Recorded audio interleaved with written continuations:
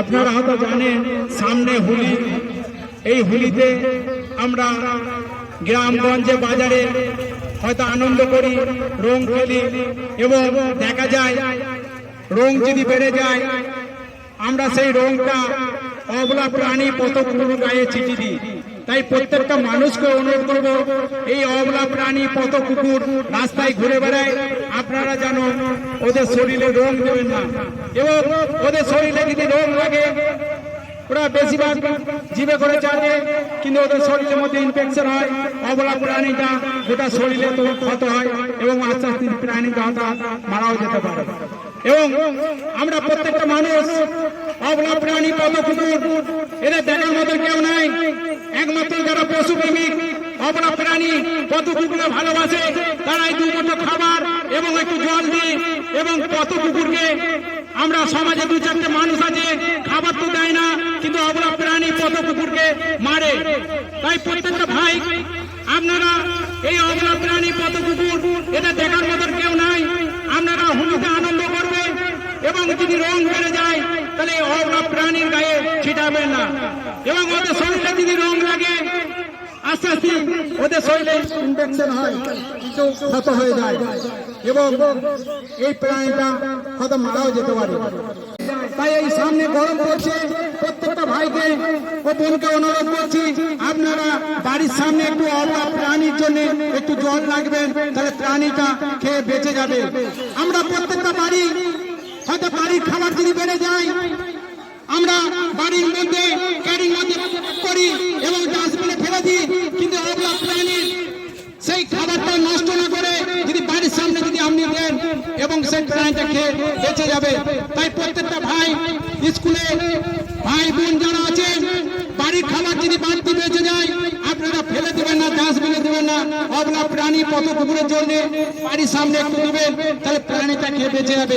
কিন্তু ওদের তো দেখার মতো কেউ নাই, একমাত্র যারা পশু প্রেমিক পশু কুকুরকে ভালোবাসে, পশু পাখিকে যারা ভালোবাসে একমাত্র তারাই করে। আমি হয় পশু প্রেমী, আমি শেখ। আমি আজকে হচ্ছে আপনি এই আমারুন বাস স্ট্যান্ডে এসে কি দেখলেন? দেখছি যে এখানে পশুদের যত্নের জন্য উনি প্রচার করেন, ওদের উপর অত্যাচার যাতে না হয়, খেতে পায়, সেই জন্য উনি প্রচার করেন। খুবই ভালো লাগবে এরকম যদি সবাই উদ্যোগ নিয়ে এগিয়ে আসেন, তাহলে তো মানে ওরাও মানে একটু ভালো থাকে। আজকে আপনার কি কর্মসূচি ছিল? আজকে আমারুন বাজারে এসেছেন। আজকে কর্মসূচি বলতে আমি অবলা প্রাণী পথ কুকুরকে ভালোবাসি এবং সেবা শুশ্রূষা করে থাকি, খাবার দিয়ে থাকি। আপনারা হয়তো জানেন এই সামনে হোলি আছে, আমি প্রত্যেক বছরই হোলিতে একটা মানুষকে বার্তা দিয়ে থাকি এবং অবলা প্রাণী পথ কুকুরের হয়তো হোলিতে আনন্দ করবে। হয়তো কিছু কিছু মানুষ আছে সমাজে রং যদি বেড়ে যায় অবলা প্রাণী পত কুকুরের গায়ে ছিটিয়ে দেয়, কিন্তু ওদের শরীরের মধ্যে যদি রং লাগে তো একটা রোগ হওয়ার সম্ভাবনা থাকে, ওদের শরীরের মধ্যে ইনফেকশন হয়। তাই প্রত্যেকটা মানুষকে প্রত্যেকটা বাজারে আজকে প্রচার আমি রাখছি, মানুষের কাছে বার্তাটা পৌঁছাইছি, আপনারা অবলা প্রাণী গায়ে রং দেবেন না, হোলিতে আনন্দ করুন, কিন্তু পত কুকুরের গায়ে রং দেবে না। আমি এটাই প্রত্যেকটা বাজার ভাতার আমারও নরজা 6 মাইল বলগোনা প্রত্যেকটা বাজারেই প্রচার করে বেড়াইছি। মানে বিনা স্বার্থে নিজের তেলে আপনি এই কাজটা করেন? দেখুন আমি কয়েক বছর ধরে করছি, আপনারা তো জানেন আমার কিন্তু বিশালয় আমার নেশা, আমি ভালোবাসি। এদের তো দেখার মতো কেউ নাই অবলা প্রাণী পথ কুকুর। আমরা যদি প্রত্যেকটা মানুষ যদি একটু করে দায়িত্ব নিই তাহলে এই অবলা প্রাণীগুলো বেঁচে যাবে। এবার মানুষের কাছে একটু বার্তা যদি পৌঁছায়, যদি একটু সচেতন হয়, তার জন্যই আমি এটা উদ্যোগ।